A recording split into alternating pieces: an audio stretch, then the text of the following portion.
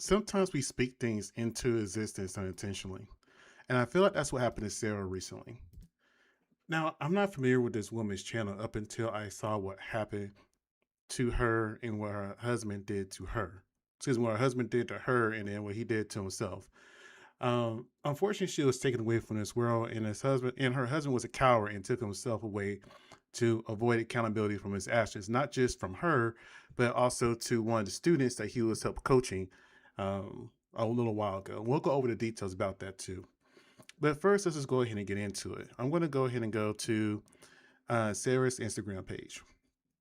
Now, she followed the TikTok trend where everybody's doing the preparing for the Netflix documentary. And that's why I said she kind of spoke this into existence because now she is going to be part of a Instagram or Netflix documentary. And there was music in it, so I went ahead and took it out. But you see her there, she legs bouncing. She looks very distraught.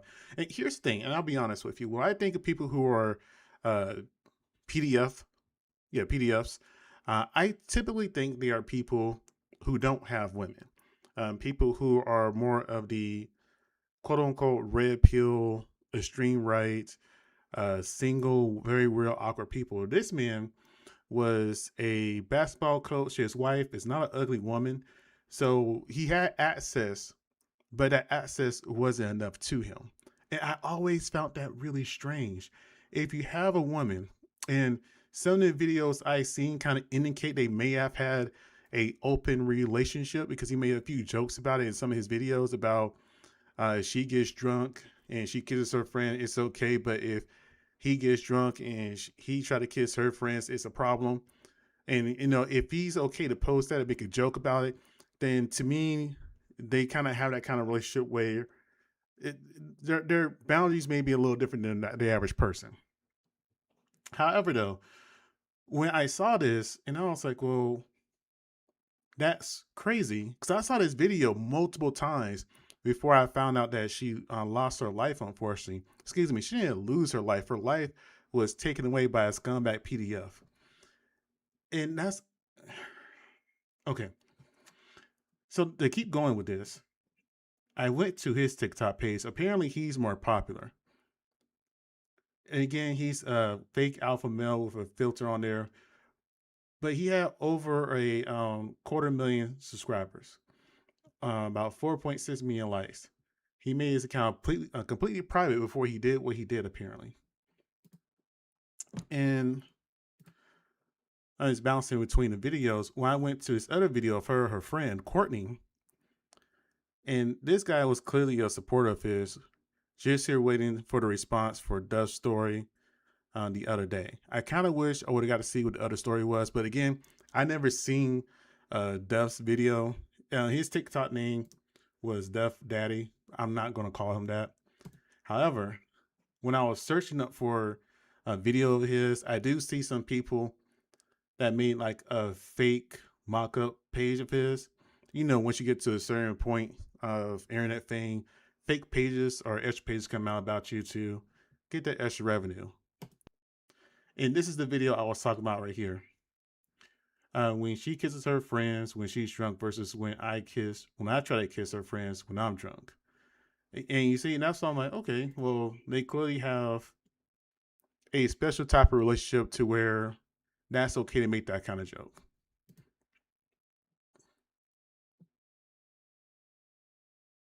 He talks about a relationship like me going out for food, $8.99, my wife, $100 some odd dollars. Let's see here. All right, that's just a poop joke. All right, that's pretty popular, I guess.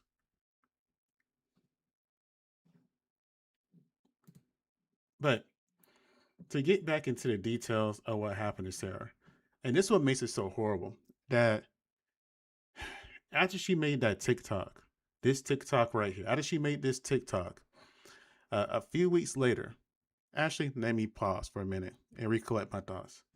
After she made this TikTok, her friend Courtney, who was in the other video I just showed, took her and flew her down to Miami to get away from everything, which is a really great thing for a friend to do.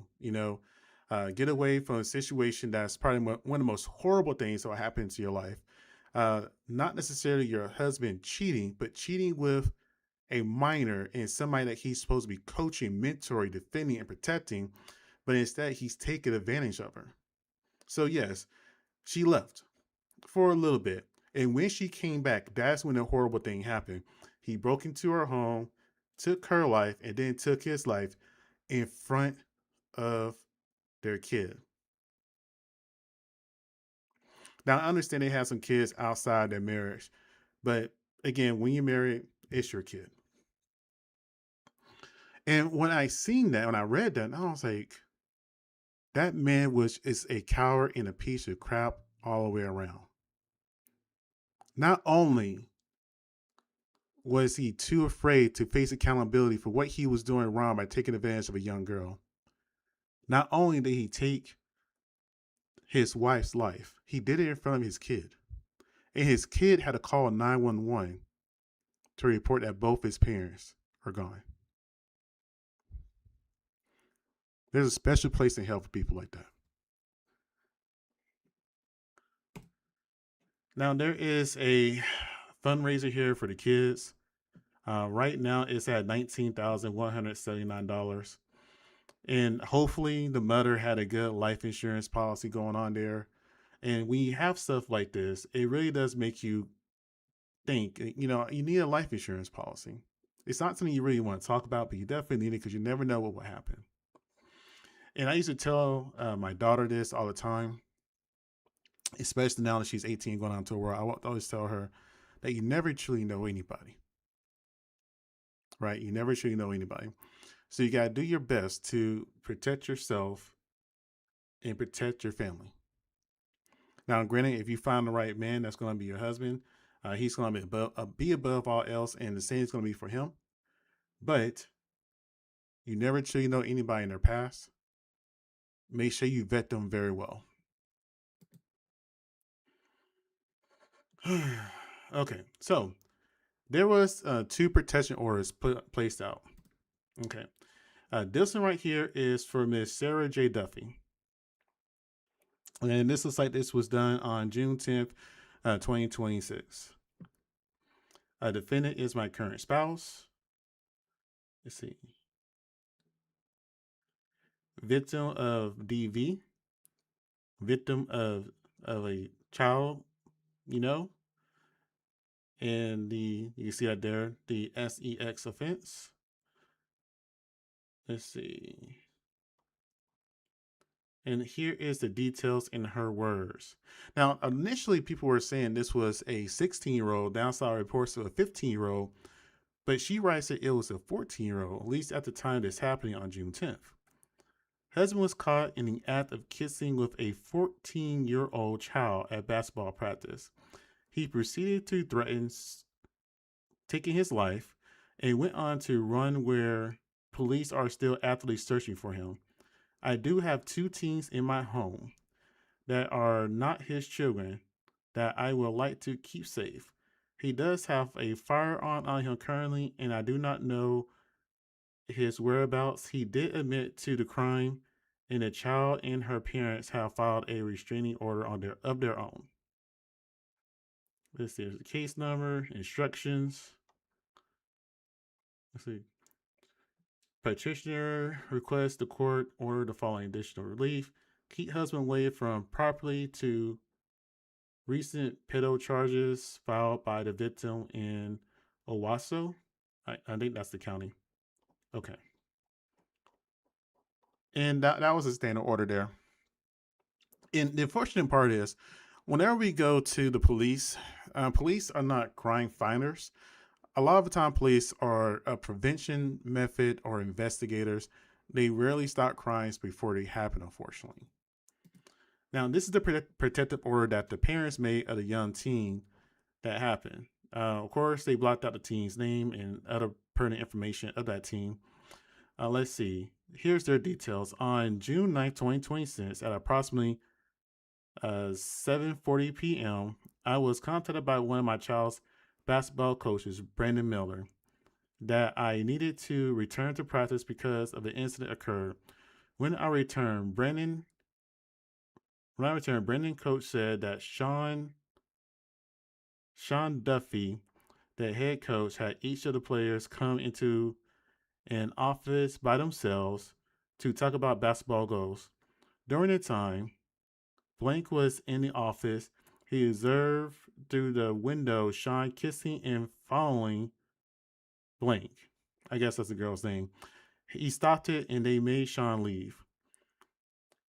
Blank has since confided in me that Sean Duffey had been sending her inappropriate messages, and once during an out of town tournament when the whole team, including myself, were staying at the same hotel, he got her to come to his room, touch her inappropriately. Blank has also said that he has been giving her money to keep her quiet. Wow. So you cannot trust these you can't trust anybody. You can't trust anybody if your kid's alone. You know, when my daughter was in high school, she did team sports. And I went to majority of the games and events. A lot of out of town ones I couldn't go to, unfortunately. But the but whenever they had rooms and hotels, it was always with all the girls together. When it came to my daughter's phone at that particular time when she was doing all those events, I can see all her text messages. Sometimes as parents, we give our kids a little too much trust. I'm not saying that's not a bad thing not to trust your kids. We definitely should. We should definitely give them leeway and rope. However, though, sometimes it's monitoring, not necessarily see what they're doing. It's just make sure that, pedos are not trying to talk to our kids, mess with our kids, things of that nature. Now, have I had issues with coaches when it comes to my daughter? Yes. Was it anything inappropriate in an essay manner? No. It was strictly how they coached or the lack thereof. And that should be a normal thing. Yes, a parent should have a conflict with coach. However, though, you should not have to worry about, hey, is my kid gonna be uh, groomed? Is my kid gonna be touched? Is my kid not gonna be safe at a school sanctioned function event?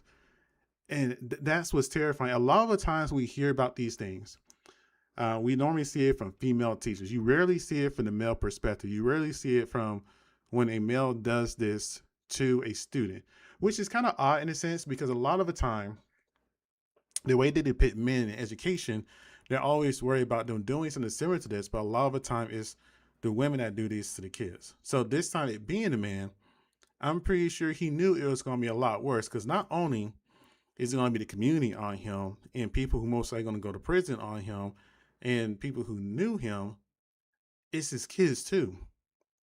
His kids are going to have to suffer the backlash of their dad or stepdad being a PDF file. And so not only his kids are now known as a kid of the father, or excuse me, who father was a PDF file, but also took their life. And hopefully these kids will get the help they need because realistically speaking, whenever you go through something like this,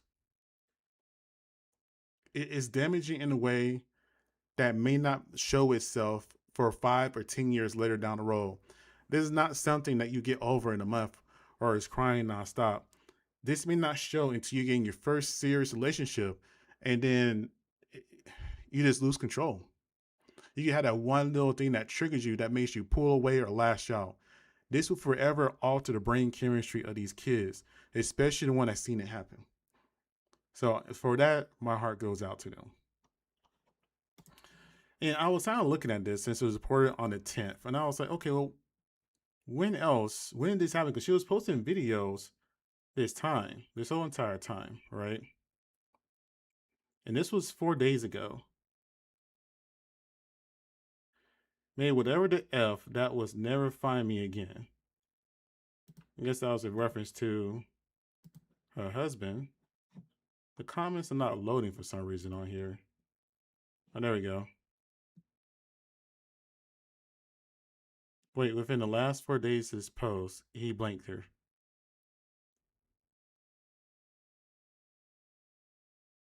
She lost her life being a voice. She lost her life a hero, if you ask me. She exposed a predator and it cost her her life. And that's sad to hear. For this to be her last post breaks my soul. Father in heaven, your daughter has come home.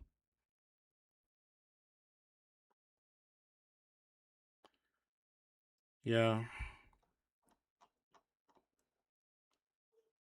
may whatever the F that would never find me again.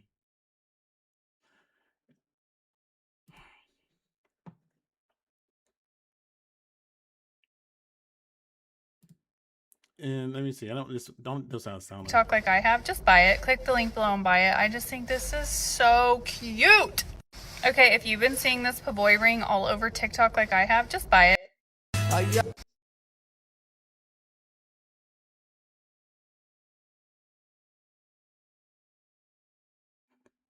think all this time she was posting videos, making content, living her life, all the while her husband was a predator. And you know what is really upsetting about this is that this wasn't the first time she had to get a protection order against her husband.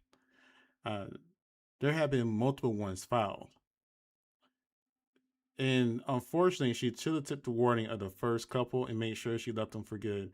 And I understand life is hard. People stay in marriages just for financial reason, benefits, the way how it may perceive and look and everything else. But now she's just not here. And she did the right thing at the end of the day by exposing the person that was hurting children. You guys tell me what you think. Like, comment, and subscribe. Hope you guys have a